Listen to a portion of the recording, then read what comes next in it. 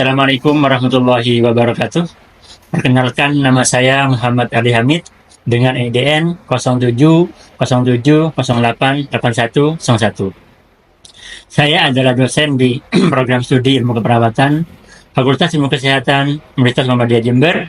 Saya di sini sejak tahun 2008, kemudian diajarkan di program studi ilmu keperawatan.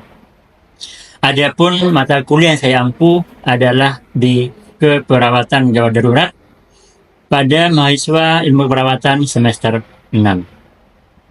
Pada kesempatan hari ini saya akan menjelaskan bahwa mata kuliah gawat darurat adalah mata kuliah yang menjelaskan terkait dengan bagaimana penanganan pasien gawat darurat dari kondisi pre-hospital di lapangan, di TKP, kemudian transportasi sampai di IGD. Sehingga harapannya mahasiswa setelah mengikuti perkuliahan semester 6 ini mampu melakukan manajemen gawat darurat, penanganan pasien gawat darurat dari TKP, tempat kejadian perkara, sampai di perjalanan, sampai di IGD, hingga pasiennya stabil. Dengan penilaian, bobotnya penugasan adalah 30%, kemudian kehadiran 10%, kemudian tes, pretest, post-test 10%, kemudian UTS, UAS masing-masing adalah 30%, sehingga totalnya adalah 100%. Pada kesempatan hari ini, saya akan mendemonstrasikan terkait dengan bagaimana manajemen airway pasien di rumah sakit. Adapun tujuan pembahasan ini adalah untuk syarat dalam sertifikasi dosen 2025 batch 1. Pada kesempatan hari ini, saya akan mengadakan pembelajaran laboratorium dengan 10 mahasiswa, 10 sampai dengan 11, karena per kelompok mahasiswa itu 10, 11, juga ada yang 8, mungkin hari ini ada 8 mahasiswa yang kita ajar di lab.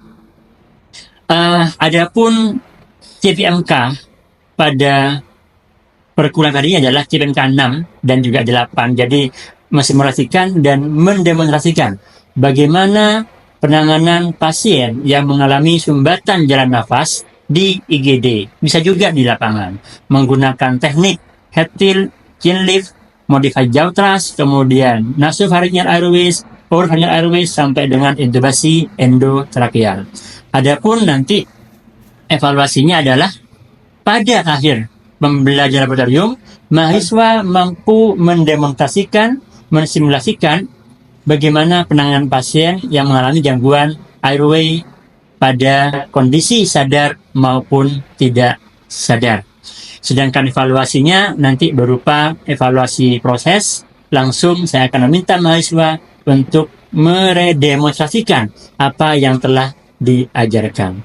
Akhirnya, dengan mengucap bismillahirrahmanirrahim, selamat menyaksikan video berikut ini. Terima kasih. Assalamualaikum warahmatullahi wabarakatuh. Waalaikumsalam warahmatullahi wabarakatuh. Saudara sekalian, pada siang hari ini kita akan melaksanakan praktek laboratorium airway management ya, sesuai dengan CPMK 6, kemudian pertemuan ke-14. Hari ini kita akan melakukan praktikum pembebasan jalan nafas pada pasien gawat darurat. Nanti akan ada pembebasan jalan nafas tanpa alat, kemudian dengan alat, dan dengan alat yang definitif. Ya, waktu kurang lebih sekitar 30 menit nanti ya untuk praktikum. Nanti setelah itu kita akan menjawab bersama. Sesuai dengan yang sudah diajarkan, alat-alat disiapkan di situ ya. Baik, kita mulai. Sebelum tindakan, kita harus melakukan persiapan dulu. Yang pertama adalah persiapan alatnya ya. Alatnya ini ada beberapa. Yang pertama ada oropharyngeal airways, kemudian ada nasopharyngeal airways, kemudian ada laryngeal mask airways, ada endotracheal tube, ada back valve mask, ada diaphragm, kemudian laryngoscope, stethoscope, kemudian masker oksigen, kemudian ada plester, cucing, ada jelly, kemudian handscoon, kemudian lain-lain adalah cairan untuk desinfektan. Kemudian ada bengkok dan plester. Kemudian kita persiapan lingkungan ya. Tolong lingkungan disiapkan dengan cara menjaga privasi pasien. Sampai ditutup, tolong kan? Tutup dulu kameranya. Selanjutnya, setelah lingkungan disiapkan, kita akan menyiapkan pasien. Ingat, pasien ada yang tidak sadar, ada yang sadar. Kalau pasien sadar, tolong kita melakukan pengobatan pada pasiennya. Jika pasien tidak sadar, kita panggil keluarga untuk melakukan persetujuan. Ya, seperti itu. Baik, setelah alat disiapkan, lingkungan disiapkan, pasien sudah kita siapkan juga, pengobatan selesai, maka kita siapkan untuk diri kita sendiri, yakni menggunakan APD. APD, alat pelindung diri, mulai dari masker, kemudian gas lab atau scot, dan juga sarung tangan, seperti itu. Baik, kita akan pakai handscoon dulu atau sarung terlebih dahulu untuk menjaga keselamatan dan keamanan diri kita. Yang menggunakan sarung tangan adalah yang melakukan tindakan beserta asistennya. Tindakan ini untuk keamanan kita, terutama ketika kita akan bersentuhan dengan cairan tubuh pasien. Ada yang tahu apa saja yang cairan tubuh pasiennya? Darah, sekret, lagi urin, kemudian muntahan. Oke, pokoknya ketika kita akan bersentuhan dengan cairan tubuh pasien, kita harus APD menggunakan sarung. Yang pertama, kita akan melakukan pembebasan jalan nafas pada pasien tanpa alat, ya. Yang pertama adalah dengan cara head-till chin lift. Ini tindakan dilakukan pada pasien yang tidak sadar dengan adanya snoring. Snoring itu adalah suara mendengkur atau mengorok di mana lidah jatuh ke belakang akibat kontrol pada nervus 12 glossus bermasalah, sehingga akan mengganggu airways dan biasanya pasien akan mengalami hipoksia, tandanya ada suara snoring atau mendengkur. Caranya bagaimana? Caranya dengan cara meletakkan telapak tangan kita, ya, sebelah kiri boleh kalau dari sebelah kanan pasien, atau sebelah kanan kalau dari sebelah kiri pasien, di bagian frontal, ya, kemudian di hiperekstensikan atau tengadahkan kepala pasien seperti ini, kemudian yang head till, ya, tengadah kepala. Tangan yang lainnya adalah memegang bagian simfisis mandibula dengan menggunakan gigi 1 dan gigi 2, kemudian dibuka ke bawah seperti ini. Ini adalah teknik head till chin lift. Saya ulangi lagi. Jadi head till chin lift dilakukan pada pasien dengan obstruksi jalan nafas bagian atas tidak sadar, di mana pasiennya ada suara snoring, mendengkur, lidah gitu ke belakang, kontrol 12 nafasnya bermasalah, sehingga kita lakukan head till chin lift. Dan ini kontraindikasi pada pasien yang mengalami trauma. Ya, caranya gimana? Letakkan tangan sebelah kiri kita jika di belakang pasien, di belakang pasien belakang kita, kemudian dilakukan tengadah kepala head till, kemudian tangan yang lainnya bagian gigi 1 dan 2 memegang simfisis mandibula dibuka seperti ini. Ya, namanya adalah head till dan chin lift sampai kita dengar suara snoringnya menghilang. Jadi keberhasilan teknik head till dan chin lift, snoringnya ini tidak terdengar atau terdengar dengan intensitas lebih rendah seperti itu. Oke, jelas? Tadi kita sudah melakukan tindakan head till chin lift pada pasien yang non trauma. Bisa diulangi caranya bagaimana, Mbak? Yang pertama, letakkan tangan yang sebelah kiri, lalu tangan yang di gigi 1, di gigi 2 untuk membuka. Oke, itu caranya, ya, head till chin lift. Dilakukan pada pasien trauma atau non trauma ini? Yang non trauma. Non trauma. Trauma tidak boleh, ya. Oke, bagaimana cara evaluasi bahwa tindakan Anda sudah selesai berhasil? Tidak terdengar suara snoring lagi, ya. Sekarang, apabila terdapat pasien yang datang dengan kita curiga trauma di bagian servikal, tulang leher, trauma di bagian kepala, maupun di bagian torakal, maka tindakan yang tadi, head till chin lift tadi itu tidak boleh dilakukan.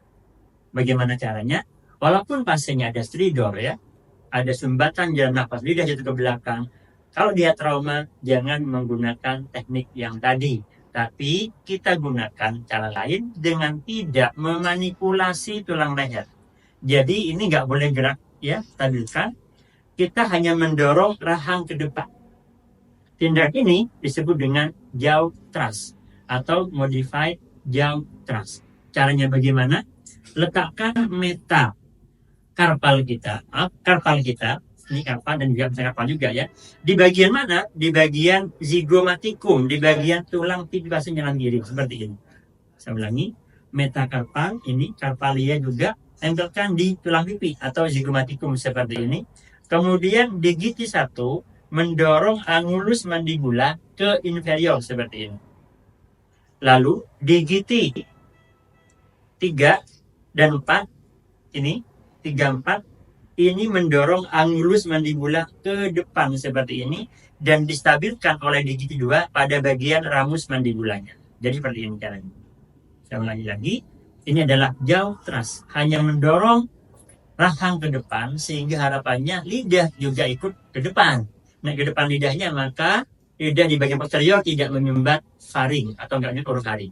Ya, tidak memanipulasi sedikit pun tulang leher. Anda lihat, saya tidak menggerakkan lehernya, hanya mendorong rahangnya. Caranya adalah dengan menempelkan metakarpal dan karpal kita di zigomatikum pasien, di gigi 1 kanan kiri mendorong angulus mandibula ke inferior ke bawah, kemudian di gigi 3 dan 4 meraba angulus mandibula di sini, kemudian di gigi 2-nya menstabilkan pada ramus mandibula atau korpus mandibulanya, kita dorong ke depan seperti ini sampai suara snoringnya intensnya berkurang atau menurun. Yang berikutnya adalah bagaimana cara kita melakukan pembebasan jalan nafas dengan alat. Ya, yang pertama ini alat. Ini disebut dengan oropharyngeal tube atau nama lainnya adalah oropharyngeal airways. Ada yang bilang sebagai gudel, ada yang bilang sebagai mayo. Baik. Bagaimana cara masangnya? Ini tidak langsung dipasang. Sama dengan Anda ketika beli baju di toko, harus difitting dulu, dipaskan dulu, jangan sampai ukurannya oversizing atau dia malah terlalu kecil. Cara ukurnya bagaimana? Dari sudut bibir di sini diukur ke sudut rahang atau dari angulus labialis ke angulus mandibularis. Ya, bisa menggunakan sebelah kiri sinistra maupun yang sebelah kanan destra. Jadi dari angulus labialis ke angulus mandibularis seperti ini, harus pas.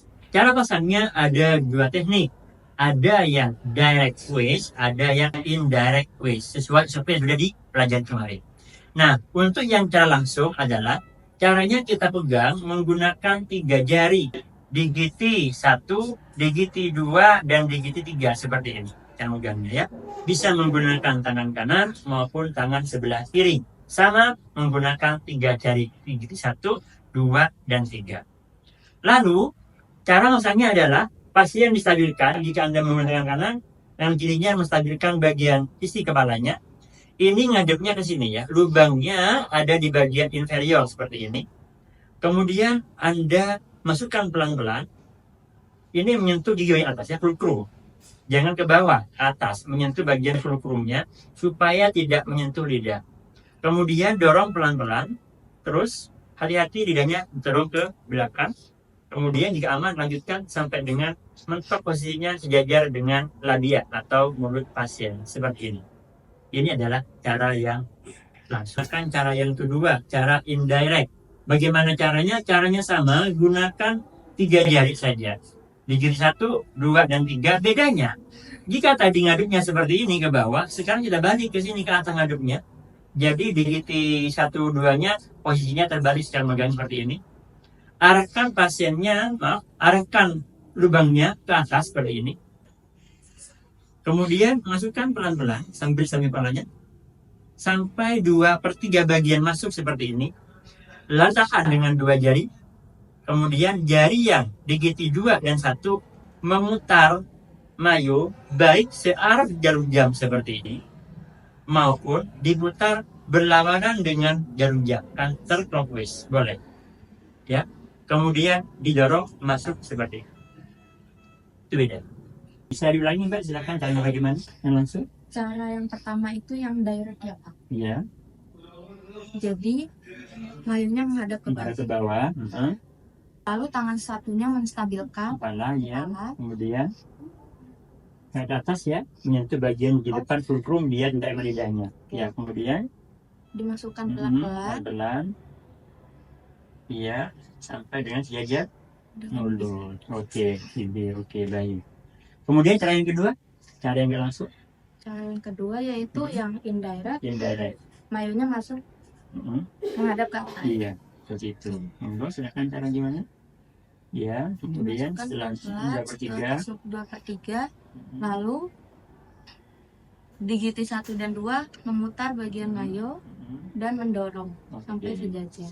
Baik, apabila di bagian mulut pasien ini terdapat luka, trauma, baik di bagian bukal itu ada permukaan bibir bagian dalam nih, bukal, atau di bagian lingua tidak, atau di bagian gusi, atau giginya protol, atau mungkin ada fraktur di bagian mandibula, entah di bagian simbis mandibula, korpus mandibula, ramus mandibula, maupun di angusnya patah misalkan, maka kita dilarang memanipulasi bagian mulut atau rahang.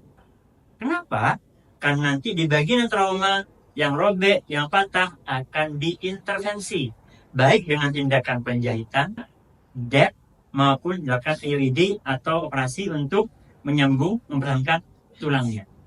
Loh, lantas bagaimana cara kita manajemen airway-nya? Dengan cara menggunakan alat yang lain. Ini di alatnya.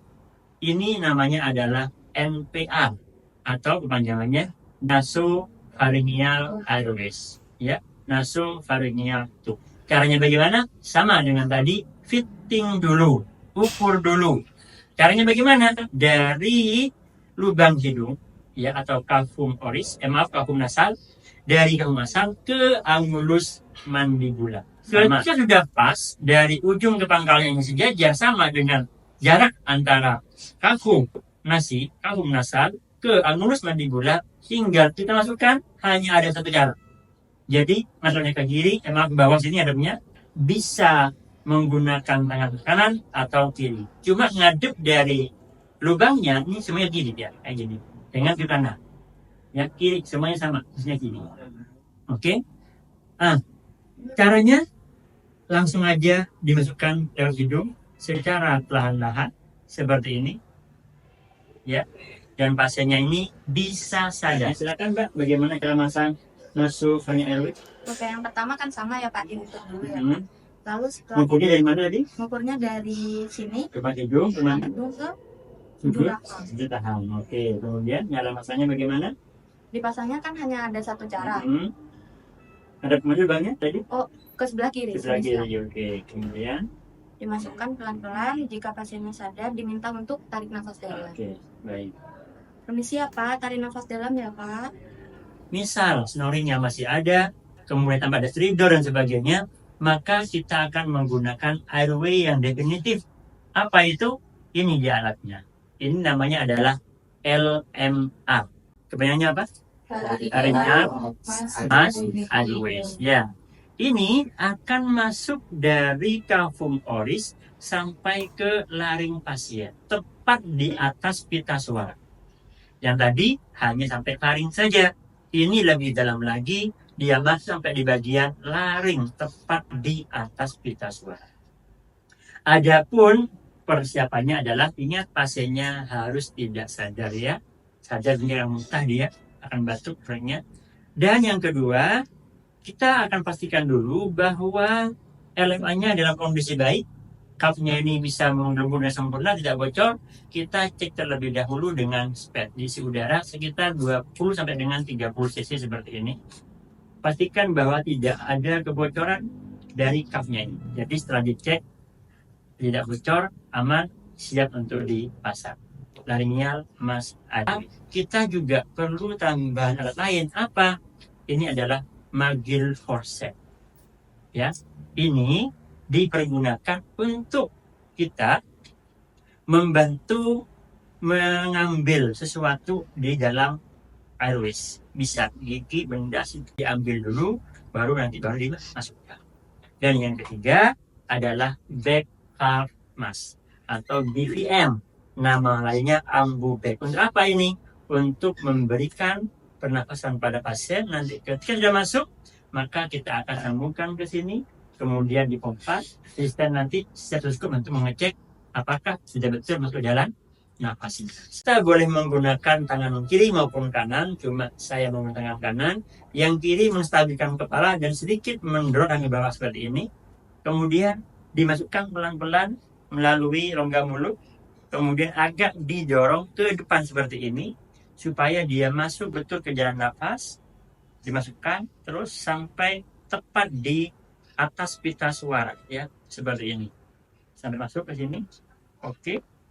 Sampai di bagian laring, ya, pas sudah. Maka kita akan kunci seperti ini. Kuncinya tadi ada 20 cc dikunci. Kemudian minta asisten untuk menyiapkan stetoskop. Kemudian kita hubungkan dengan oksigen, berikan oksigen 10 sampai dengan 12 lpm, sambungkan dengan LMA-nya seperti ini. Kemudian dicek kalau apakah masuk atau tidak pada paru sebelah kanan dulu. Ya. Oke, ada suaranya? Oke. Sebelah kiri. Ya, intubasi ETT. Apa tujuannya? Tujuannya adalah memasukkan alat ini. Ini namanya adalah endotracheal tube. Dia masuk dari mulut sampai ke trakea. Ya. Masuknya melewati pita suara. Ini nanda hitam 2 ini adalah area anatomis untuk plika vokalis atau pita suara di sini. Sehingga alat ini masuk sampai dengan di dalam, di bawah, di distal dari pita suara. Ya, seperti itu. Ini masih atasnya. Nah, apa maknanya?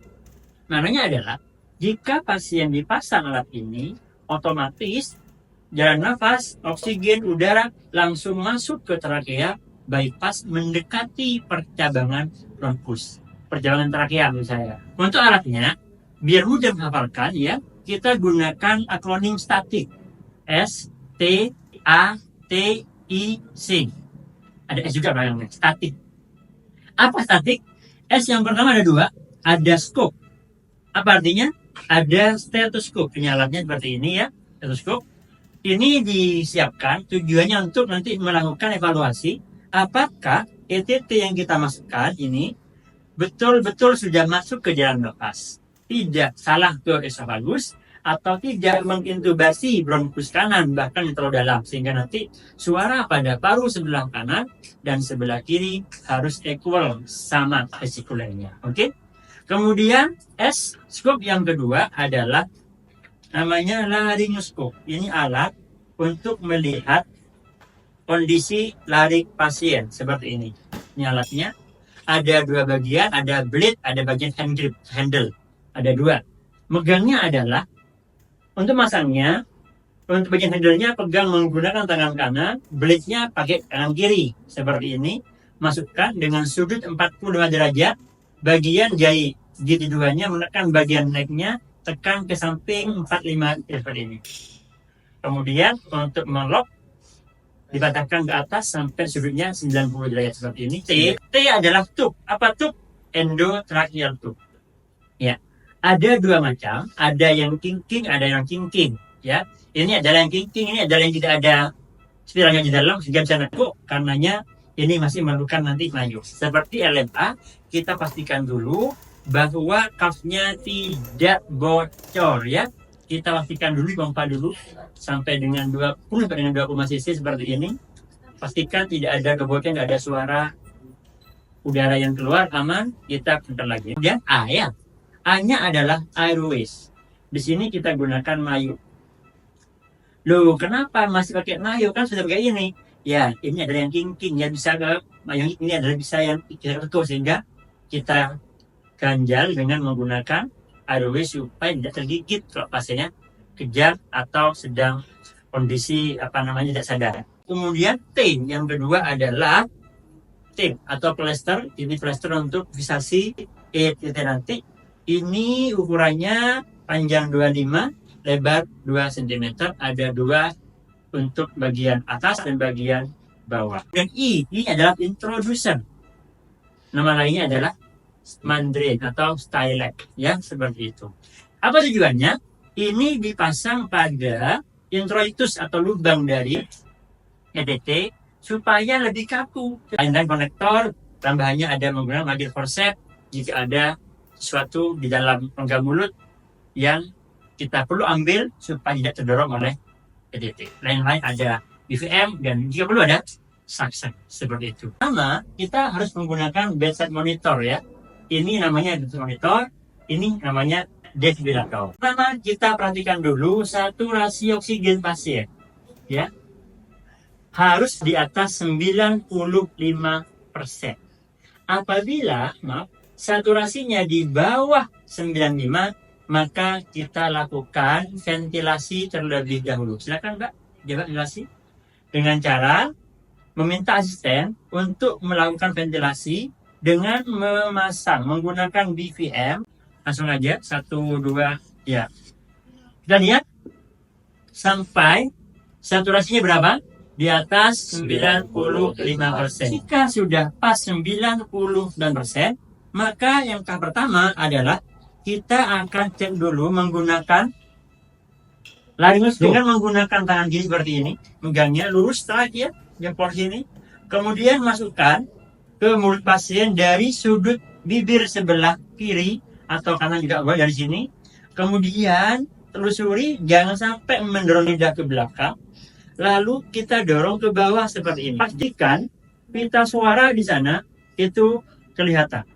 Setelah dipastikan aman tadi, bahwa airway-nya betul-betul bebas, tidak ada benda asing, tidak ada darah dan lain-lain, maka kita cek lagi. Loh, ternyata saturasinya turun. Maka sebelum intubasi, maka lakukan lagi ventilasi pada pasien. Silakan, asisten. Iya. Setelah pas seperti itu, kita akan mulai intubasi. Caranya pegang laryngoscope menggunakan tangan kiri sama dari sudut bibir ke tengah, kemudian dorong ke belakang seperti ini, bawah seperti ini, sampai kelihatan pelika kalis atau pita suara. Ambil endotracheal tube menggunakan tangan sebelah kanan, masukkan di sisi yang lainnya seperti ini, dorong pelan-pelan, ya, sampai melewati pita suara seperti ini. Kemudian setelah itu laryngoscope-nya diambil, matikan lampunya atau gayanya diginikan, lalu minta asisten untuk mengunci, sambil lalu operator melepaskan introducer atau mandrim atau styletnya. Ya, 2 kali sampai penuh. Lalu kita akan menyambungkan endotracheal tube ini dengan menggunakan BVM, minta asisten untuk mengecek auskultasi pada paru sebelah kanan dan sebelah kiri apakah sudah betul-betul masuk pada trakea. Apakah ada suara? Ada suara. Oke. Sebelah kiri? Ada suara. Oke. Kemudian setelah itu, apabila pasiennya tidak bernafas, maka kita bantu menggunakan masker ini dengan cara diventilasi. Tapi jika pasiennya bernafas, maka ini digantikan dengan Jackson Race di sini pada pasiennya. Karena pasiennya bernafas, maka kita gunakan Jackson Race, sambungkan ke oksigen, tolong. Ya. Jangan lupa sambil asisten melakukan persiapan untuk oksigennya, kita akan memasang oropharyngeal airways di sisi yang lain dari ETT supaya ETT-nya tidak digigit apabila pasien sedang kejang atau tiba-tiba sadar atau dilakukan fiksasi pada pasien dengan cara, tolong diangkat ini Mbak. Bisa dari sisi yang atas dulu atau yang bawah dulu, sama saja. Pada sisi yang atas dulu seperti ini ya. Ini kita lingkarkan pada endotracheal tube dulu 1 kali atau 2 kali juga boleh, monggo. Kemudian kita akan letakkan pada mayunya, lalu kita akan letakkan pada pipi sebelah sisi yang berlawanan seperti ini. Lagi pada sisi yang bawah, ini dari sebelah kiri juga boleh seperti ini atau ini seperti ini. Nah, seperti ini.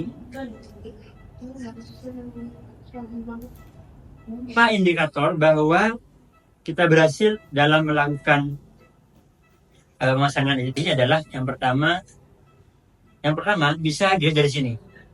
Dari dalam ini akan ada uap air yang hilang timbul dan saturasinya akan stabil di angka 97 ke atas. Dan alhamdulillah kita siang ini sudah menyelesaikan pertemuan ke-14, yakni lab manajemen airway sesuai dengan CPMK yang ke-6 ya. Semoga nanti harapan saya adalah sesuai dengan CPMK-nya Anda sudah bisa melakukan tindakan mendidik pada pasien yang tidak sadar maupun sadar di IGD. Subhanallahumma wa bihamdika asyhadu an la ilaha illa anta astaghfiruka wa atubu ilaik. Assalamualaikum warahmatullahi wabarakatuh.